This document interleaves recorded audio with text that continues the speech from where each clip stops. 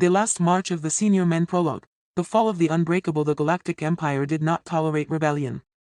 The moment the human worlds resisted, the Empire responded with fire and steel.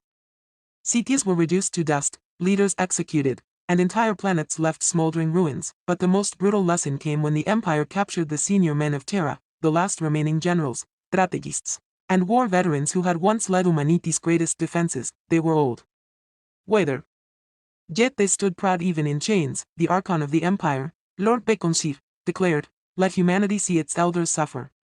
Let them break, and their people will kneel." For weeks, the Empire tortured the senior men. Each day, the galaxy watched as these legends were beaten, burned, and broken. And on the final day, the Empire made its greatest mistake. They killed them. The March of the Dead. The bodies of the senior men were left hanging in the capital of Zephyr Prime, a grotesque display of imperial victory. Across the Empire, billions of humans fell into mourning. Their leaders, gone. Their hope shattered. Then, on the 13th night, something impossible happened. The senior men rose. At first, the guards thought it was a trick. Then the dead moved. Sectless fell away as their withered bodies straightened. Their flesh, though scarred, no longer bled. Their sunken eyes burned with an unnatural light. 1 by E1, they stepped down from their nooses. Their boots echoed against the stone. The dead were marching. The unbroken charge panic swept through the capital. The imperial elite fled their homes, screaming of cursed revenants. Soldiers fired plasma rounds, but the senior men did not fall. They advanced, relentless. Silent. Unstoppable. They moved as they had in war, in perfect formation. Old commanders. Old warriors. Old ghosts, and behind them, the people of Zephyr Prime rose up. The oppressed, the beaten, the enslaved, seeing their fallen heroes march once more, they took up arms. The rebellion reignited in a single night of blood and fire. The Empire had killed the leaders of humanity. They had returned as something greater. The fall of tyrants. The impetus forces crumbled. Their weapons meant nothing against men who did not fear death. Entire legions surrendered rather than face the gaze of those they had once tortured. The rebellion spread like wildfire. World after world fell to the dead men's march. Lord Beconshir, the very man who had ordered their deaths, barricaded himself within his palace, shaking as the sounds of marching boots echoed outside. Then, silence, the doors burst open. The senior men entered, their hollow eyes fixed upon the Emperor. Beconshir fell to his knees, trembling. "What are you?" he whispered. The eldest of them, General Aldrich Kane, stepped forward. His voice was cold. "Final, we are the debt you refused to pay. And we have come to collect." The Emperor's screams were the last sound heard within the palace. Epilogue. The legacy of the senior Mont Empire fell. Humanity, once thought broken, rose from the ashes stronger than ever, and the senior men, some say they vanished after the war, their duty complete.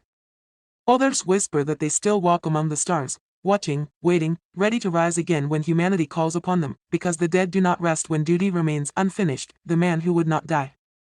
The Galactic Empire was no stranger to cruelty. Its dominion spanned 1,000 star systems, each one held under an iron grip forged in blood and terror. Yet, even in its darkest chambers, there were limits. Or so they believed. The death of Senior Menes. They called him Senior Menes. Not a name, but a title, a mark of reverence among his people. A scholar, a strategist, a man whose very presence had become a beacon of defiance against imperial rule. When the Empire finally captured him, they paraded his broken body before the masses of conquered Earth. Torture was inevitable. They burned him, cut him, shattered his bones. Yet he would not break. For 7 days and nights, they dragged him through agony that would have turned lesser men to ash. When at last his body failed, when his heart gave its final beat, the Empire rejoiced. His corpse was left hanging in the city square, a warning to all who dared to resist, and then, 30 minutes later, he returned. 2. The impossible resurrection. At first, the guards thought it a cruel trick of the light. A lifeless husk did not move. It did not breathe. It did not rise. But Senior Menes did, his wounds sealed before their very eyes. His bones reset. His torn flesh knitted itself back together as if time itself bent to his will. The body that had been a ragged corpse only moments before stood whole once more. The Empire called it impossible. Senior Menes called it war. 3. The rebellion rekindled. Words spread like wildfire. The resistance, once fractured and hunted, found new life in his defiance. It was more than a man now, He was proof that the empire was not invincible. That no matter how many times they tried to break humanity, humanity would rise again. The empire, fearing what they did not understand, captured him once more. They dissected him, burned him alive, crushed him under tons of steel. Echtime, he died. Echtime, he returned. He was executed 100 times. He rose 101.4. The emperor's fear. When the news reached the imperial throne, the emperor himself descended from his palace among the stars. He had ruled for centuries, feared as a god among mortals. Yet for the first time in his reign, he felt the chill of uncertainty. He met Senior Menes in the dungeons of the capital world, standing in the same cell where he had been reduced to nothingness countless times before. What are you? The emperor asked. Menes did not answer. He only smiled. For the first time, the empire understood what it had done. It had forged something greater than a rebel, greater than a man. It had made a legend, and legends never die. Uwe. The fall of an empire. They tried to erase him, to silence the truth of his existence. But the people knew. The resistance grew, emboldened by the knowledge that no matter how brutal the empire became, it could not kill the idea that Menes had become. World after world rose against imperial rule.